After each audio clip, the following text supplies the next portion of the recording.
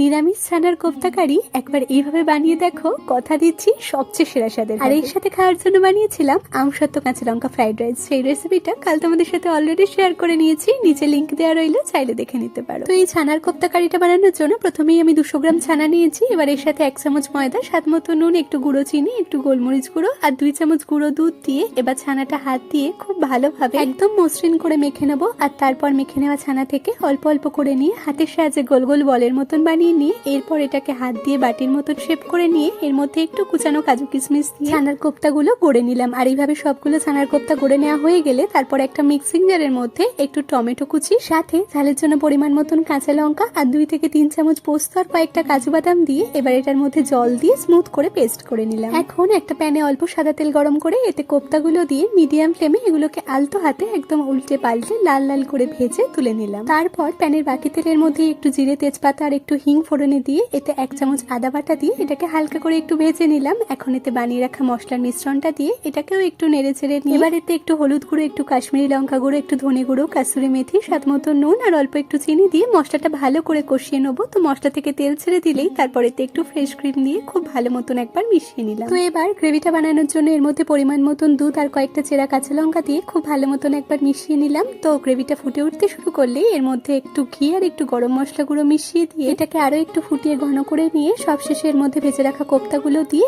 আরো মিনিট 2 মতন ফুটিয়ে নামিয়ে নিলাম। তো ব্যাস, তাহলেই তৈরি হয়ে গেল আমাদের সম্পূর্ণ নিরামিষ ছানার কোফতা কারি। তাহলে আজকের রেসিপিটা তোমাদের কেমন লাগলো অবশ্যই কমেন্টে জানিও, আর ভালো লাগলে চ্যানেলটাকে একটু সাবস্ক্রাইব করতে ভুলো না। আজ তাহলে এটুকুই, টাটা।